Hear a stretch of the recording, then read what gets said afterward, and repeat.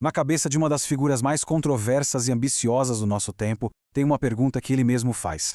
Uma pergunta que, na verdade, define o risco, a genialidade e a loucura de tudo que ele faz. Bom, vamos começar por aqui. Foi exatamente essa pergunta que o Elon Musk fez para um jornalista depois de um jantar que durou horas. E não foi uma pergunta de brincadeira. Era um reflexo de alguém que opera tão fora da curva, tão longe do normal, que a própria sanidade vira uma variável a ser questionada. E é essa pergunta que a gente vai tentar responder hoje. A diferença gritante está na escala, como dá para ver aqui. Uma ambição normal seria construir carros elétricos. A do Musk é revolucionar a matriz energética e o transporte. O normal é lançar foguetes. A dele é tornar a humanidade uma espécie multiplanetária. Entende? Não é sobre negócio. É sobre reescrever o futuro da nossa existência. Mas de onde vem essa intensidade toda? Essa força quase sobre-humana? Para entender essa mente de foguete, a gente precisa voltar lá no começo. Numa infância brutal na África do Sul, que acabou forjando uma tolerância absurda à dor e ao risco. A história começa difícil, uma infância com bullying pesado na escola e uma vida em casa que ele mesmo já descreveu como penosa. O refúgio dele eram os livros e a programação.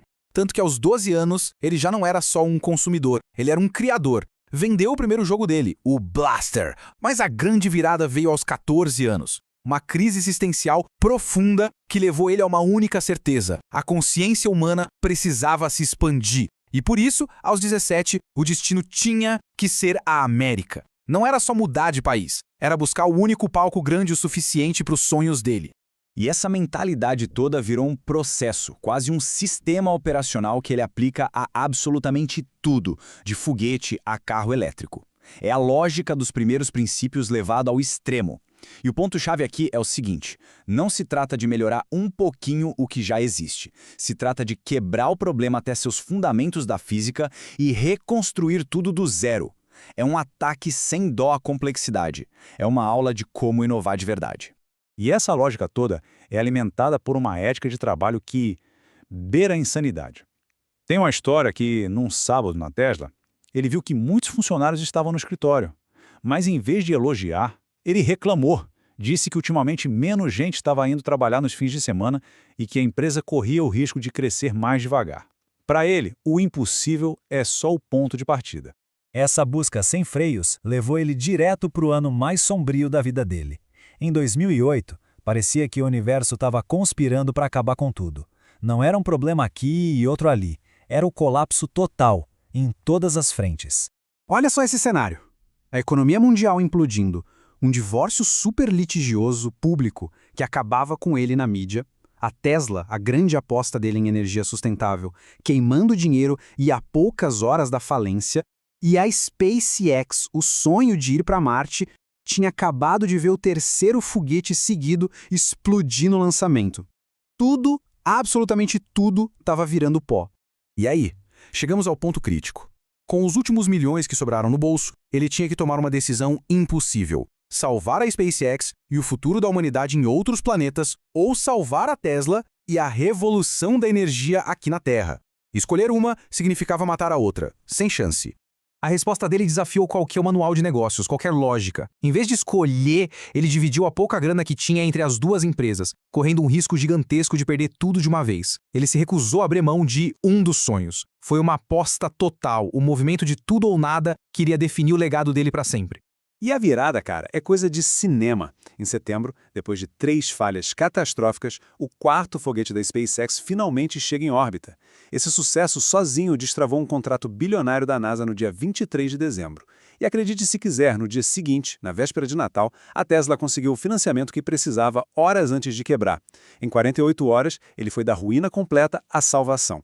E aqui está uma chave para a gente entender essa resiliência, talvez a lição mais poderosa. Para ele, um foguete explodindo não é um fracasso.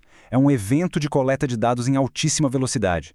Cada explosão era, na verdade, um passo fundamental para aprender mais rápido.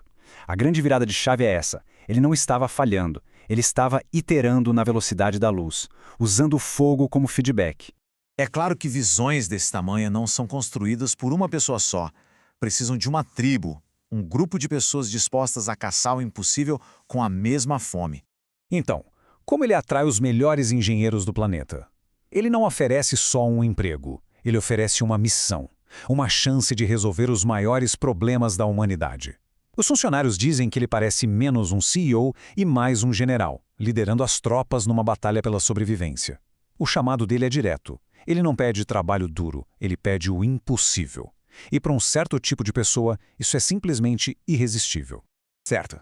Então, no fim das contas, qual é a grande lição que a gente pode tirar dessa abordagem implacável aos negócios e à vida? O que realmente o torna diferente? A maioria das empresas joga na defesa. Buscam uma melhoria pequena aqui, outra ali e principalmente tentam não cometer erros. O Musk, por outro lado, está jogando um jogo completamente diferente. Ele não está tentando competir na indústria de carros ou de foguetes. Ele está tentando reescrever essas indústrias do zero. A meta não é ganhar o jogo, é mudar as regras do jogo. E isso nos deixa com uma reflexão final. A maioria de nós joga para não perder, para diminuir o risco. Ele joga para mudar as regras, dobrando a aposta e forçando a criação de um novo caminho. A pergunta, no fim, não é se ele é maluco. A pergunta é se a nossa definição de sanidade não está nos impedindo de alcançar o impossível.